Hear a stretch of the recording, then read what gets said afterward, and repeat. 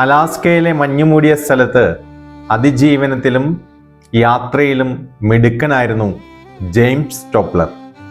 2021 ആ സംഭവം നടന്നത്. ലോസ്റ്റ് ലേക്ക് ട്രയൽ എന്ന സ്ഥലത്തു കൂടെ കടന്നു പോകുമ്പോൾ അദ്ദേഹത്തിൻ്റെ സ്നോ മൊബൈൽ ബ്രേക്ക് ഡൗൺ ആയി. മൊബൈൽ സിഗ്നൽ പോലുമില്ലാത്ത ഒരു സ്ഥലം. 3 ദിവസത്തെ അതിജീവനത്തിൻ്റെ കഥ അദ്ദേഹത്തിന് പറയാനുണ്ട്. വലിയ തോതിൽ ശീതക്കാറ്റ് വീശുന്നുണ്ട്. അദ്ദേഹം മഞ്ഞുകൊണ്ട് ഒരു കൂടാരമുണ്ടാക്കി ഈ കാറ്റിൽ നിന്ന് രക്ഷപ്പെടാൻ ശ്രമിച്ചു.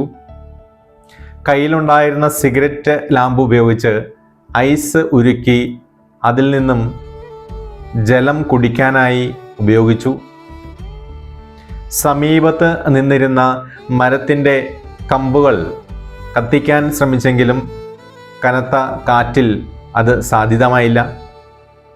3-ാം ദിവസമാണ് അദ്ദേഹത്തിൻ്റെ കയ്യിലുണ്ടായിരുന്ന PLB പേഴ്സണൽ ലൊക്കേറ്റ് ബീക്കൺ അത് ഓണാക്കി അതിൽ നിന്നും GPS സിഗ്നൽ സാറ്റലൈറ്റ് വഴി അയക്കാനായിട്ടിടയായത്. അധിക സമയം കഴിയും മുൻപേ അദ്ദേഹത്തിൻ്റെ ഈ GPS സിഗ്നൽ ട്രേസ് ചെയ്ത് രക്ഷാഭടന്മാർ ഹെലികോപ്റ്ററിൽ ആ സ്ഥലത്തെത്തി. ഹോസ്പിറ്റലിൽ എത്തിച്ച അദ്ദേഹത്തെ അല്പനാളത്തെ ചികിത്സയ്ക്ക് ശേഷം ആരോഗ്യത്തോടെ തിരിച്ചയച്ചു. ലൂക്കായുടെ സുവിശേഷത്തിൽ 15-ാം അധ്യായം 7-ാം വാക്യം ധൂർത്തപുത്രൻ പന്നിക്കൂട്ടിലിരുന്ന് ചിന്തിക്കുന്ന രംഗമുണ്ട്. അതവൻ്റെ പിതാവിൻ്റെ ഭവനത്തിലെ പിതാവിൻ്റെയും മറ്റുള്ളവരുടെയും സ്നേഹത്തെക്കുറിച്ചായിരുന്നു. ആ ഒരു സിഗ്നൽ ഹൃദയത്തിൽ നിന്ന് സ്വർഗത്തിലേക്ക് ലഭിച്ച നിമിഷത്തിൽ അവൻ ആ പന്നിക്കൂട്ടിൽ നിന്ന് എഴുന്നേൽക്കുകയാണ്. ലൂക്കായുടെ സുവിശേഷത്തിൽ ധൂർത്തപുത്രൻ്റെ ഉപമയ്ക്ക് തൊട്ട് മുൻപ് കാണാതെ പോയ നാണയത്തിൻ്റെയും കാണാതെ പോയ ആടിൻ്റെയും ഉപമ പറയുന്നുണ്ട്. അവിടെ ഉടമസ്ഥൻ അവയെ അന്വേഷിച്ച് ചെല്ലുകയാണ്.